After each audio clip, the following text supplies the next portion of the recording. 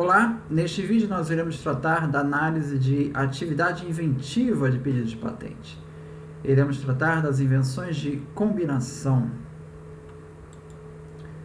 A invenção reivindicada, ela deve ser considerada como um todo, levando-se em conta os elementos constantes, tanto do preâmbulo quanto da parte caracterizante da reivindicação.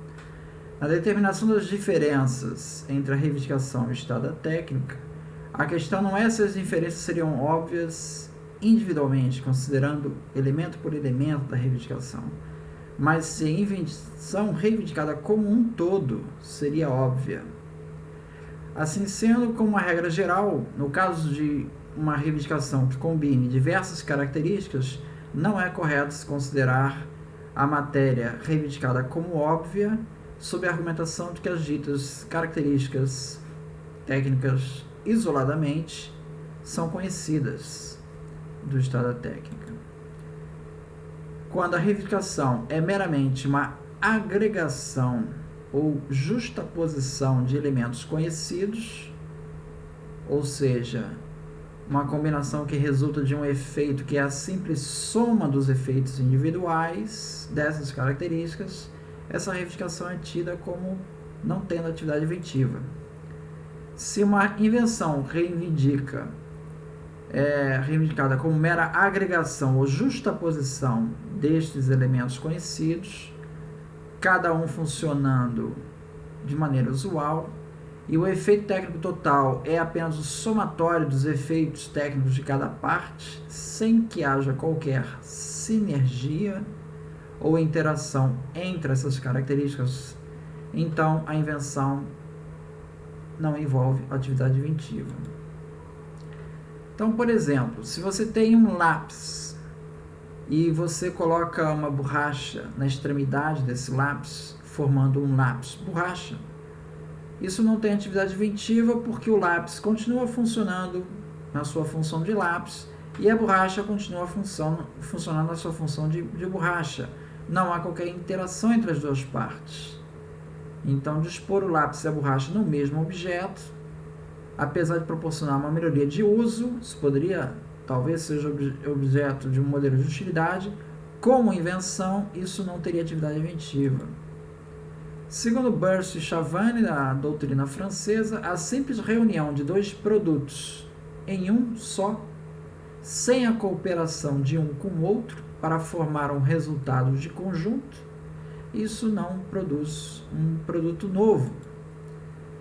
Um exemplo de sinergia: o álcool, a água destilada e o ácido sulfúrico puro, eles são maus condutores de eletricidade.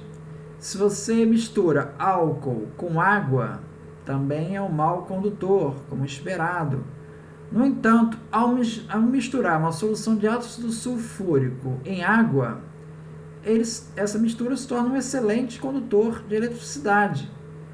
Isso, na época que isso foi descoberto, isso era um resultado imprevisível no século XIX, quando Arrhenius finalmente pôde explicar esse fenômeno, mostrando que a condutibilidade elétrica da mistura é proporcional à quantidade de eletrólito presente. Até então, esse efeito era imprevisto, surpreendente. Isso poderia justificar uma invenção, uma patente. Na Escritório Europeu de Patentes, uma decisão conclui: duas características interagem sinergisticamente se suas funções estão interrelacionadas e conduzem a um efeito adicional que vai além da soma dos efeitos de cada característica tomada isoladamente. Não é suficiente que estas características resolvam o mesmo problema técnico ou que seus efeitos sejam do mesmo tipo e sejam somados até se atingir um efeito aumentado, que de outra forma não seria alcançado. Então, se eu tenho uma característica tendo um efeito A, se eu junto com uma característica que isoladamente tem um efeito B, quando eu junto os dois, eu não tenho A mais B, eu tenho A mais B mais C. Há uma sinergia, surge um efeito C que não está presente nos dois isolados. A combinação de dois medicamentos em um único pode possuir atividade inventiva, desde que se evidencie uma sinergia em tal combinação, ou seja, um efeito técnico surpreendente. Na lei anterior, na lei 5772, o artigo 9E, ele deixava muito claro que não considerava como privilegiável a mera justaposição de elementos conhecidos, salvo se daí resultar no conjunto um efeito técnico novo. Então ele já previa que na combinação que gera esse efeito técnico novo era passível de invenção e de patente. Na lei de propriedade industrial não há claramente essa referência, no entanto, ainda continua se usando essa argumentação como evidência de atividade inventiva.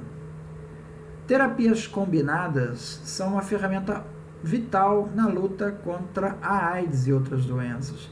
Se um único medicamento é usado contra um agente infeccioso, o agente pode tornar-se resistente a esse medicamento. Uma maneira de reduzir essa predisposição é usar mais de um medicamento por vez, dado que é menos provável que o agente desenvolva resistência a ambos os ataques simultaneamente. O tratamento com antirretrovirais é um bom exemplo disso. A terapia tripla administrada por meio de um único comprimido aumenta a adesão e reduz a resistência. A Glaxo solicitou uma patente em 1995 para proteger a combinação de AZT, 3-TC e abacavir, conhecida como Trizivir. O relatório da patente descreve que essa combinação tem um efeito surpreendente na redução da resistência à doença, ao medicamento. Tal patente foi concedida pelo escritório europeu e teve um parecer favorável no INPI. Denis Barbosa, na mesma linha, em parecer de 1989, quando ele era procurador-geral do INPI, diz: assim é que a mistura de canela e açúcar carecem de características intrínsecas dela mesma.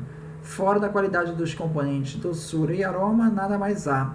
Haveria algo de próprio, algo de intrínseco, se além de doce e aromática, a mistura fosse ainda, por exemplo, explosiva, não sendo nem o açúcar nem a canela. Então, quando a mistura açúcar-canela, se daí gerar uma mistura explosiva, isso é um efeito surpreendente, pode justificar uma patente para explosivo. TRF2, na mesma linha, conclui: não merece tutela patentária o pedido de privilégio de invenção que tem por objeto a mera justaposição de elementos integrantes do denominado estado da técnica ou que decorram de maneira óbvia do já mencionado. Então, ele destaca que há que ter um efeito imprevisto para se ganhar essa patente. Pontes de Miranda destaca que todas as invenções possuirão efeito, nem todas as invenções possuirão efeito técnico imprevisto. Esse efeito técnico imprevisto é uma evidência de atividade inventiva no caso das invenções de combinação. Segundo Pontes de Miranda, tem-se falado em vantagem imprevista, inesperada. Também aí se põe o fluxo, o que não é essencial à invenção. Pode-se inventar o que a ciência mesmo espera e prevê, o que muitos investigadores aqui procuraram inventar. Há invenções imprevistas e invenções previstas. A vantagem resulta de ser novo resultado. Então, veja, eu posso ter uma invenção que é prevista e, no entanto, aquilo é considerado como não sendo óbvio e merecedor de patente. Como posso ter as invenções imprevistas. Essa é a observação de Pontes de Miranda. No escritório europeu de patentes, a presença de um efeito técnico inesperado pode ser considerada evidência de atividade inventiva. Algumas decisões destacam que, se por falta de alternativas o técnico no assunto considerar óbvia esta solução, ou seja, a escolha por tal solução foi muito mais resultado da falta de alternativa do que do mérito inventivo, esse efeito inesperado tende a ser visto como um efeito bônus, que não confere atividade inventiva e invenção. Então, veja, se eu tenho um conjunto limitado de opções a tomar, se eu escolho uma dessas opções para ser minha invenção, e dali surge um efeito imprevisto, veja, não há invenção, porque eu tinha 2 ou 3 opções para resolver meu problema.